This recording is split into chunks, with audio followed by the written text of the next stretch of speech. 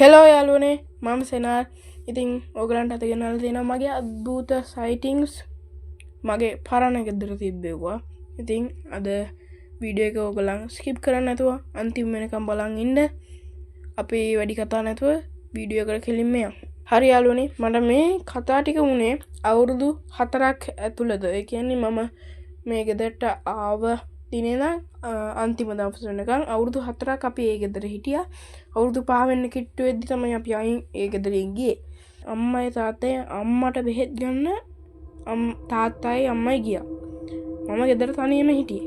ඉතින් මට පොඩි බඩගින්නක් ඇවිල්ලා මම කුස්සියට ගිහින් පත් පිඟානක් බෙදාගෙන එද්දි මගේ ආච්චි කාමරේ මම දැක්කා ගැහණු කෙනෙක් නිකන් ඉන්නවා. මම හරිද ඒක දිහා බලලා ඉක්මනට දුවන් ගියා කම්බරේට.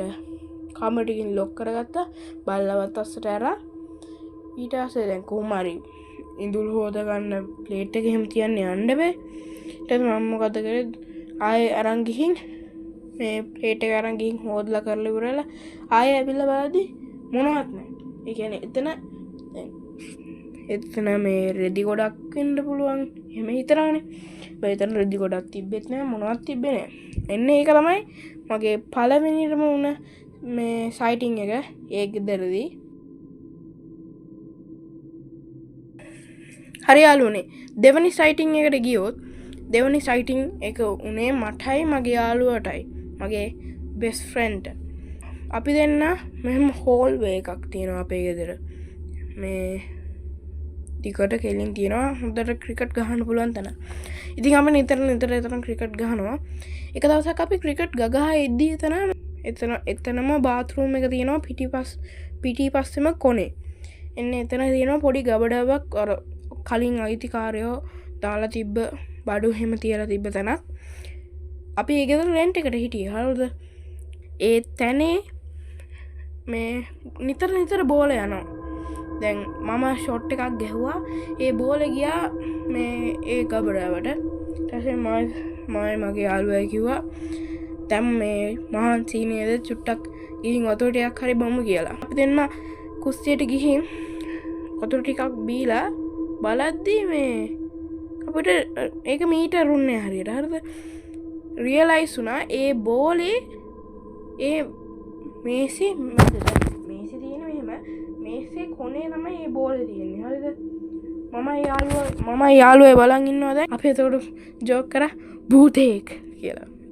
එහෙමම අපි නැවතුවා මේ ඒක ගැන කතා කරන එක.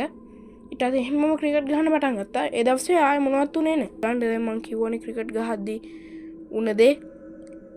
දැන් මං කියන්නේ ඒකට තවත් මේ ස්පූකි ගතියක් එන දෙයක්. මොකද්ද?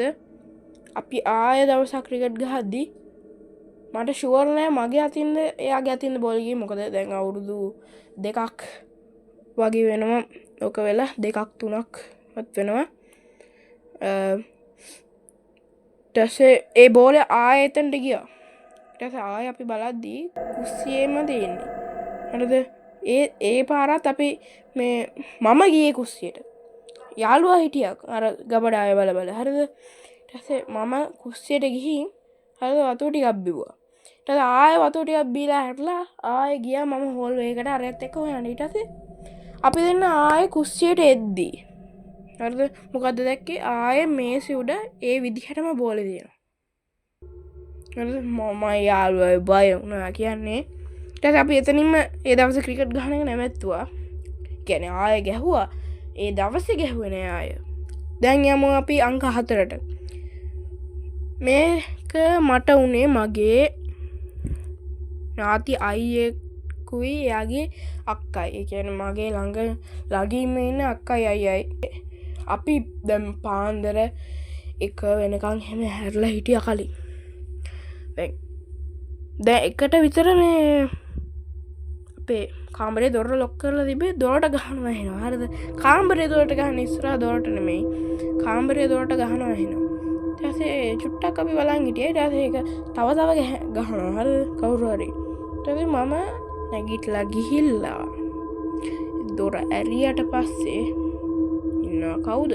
කවුරුවත් නැහැ. මම මෙහෙට බලනවා අර හෝල් එක මං කිව්වේ කවුරුවත් නැහැ. හරිද? ඊට පස්සේ මම යද්දි අපේ අයියයි අක්කයි මේ සීට් පොරවගෙන ඔහොමම ඉන්නවා. හැබැයි ෆෝන් ටික හංගගෙන ඔහොමම ඉන්න. හරිද? ඊට මම දොර වහගෙන ආයෙ අස්සට ගියා. මම ඔයගලන්ට පොසිබිලිටි එකක් කියන්නම් මොකක්ද ඒ කියලා. අපේ අම්මයි තාත්තයිත් ෆිල්ම් බල හිටියේ ඒ වෙලාවේ. ඒ ෆිල්ම් බලපු වෙලාවේ මේ ඒගොල්ලන් ඇවිල්ලා දොරට ගැහුවත් දන්නේ නැහැ අපිව බය කරන්න.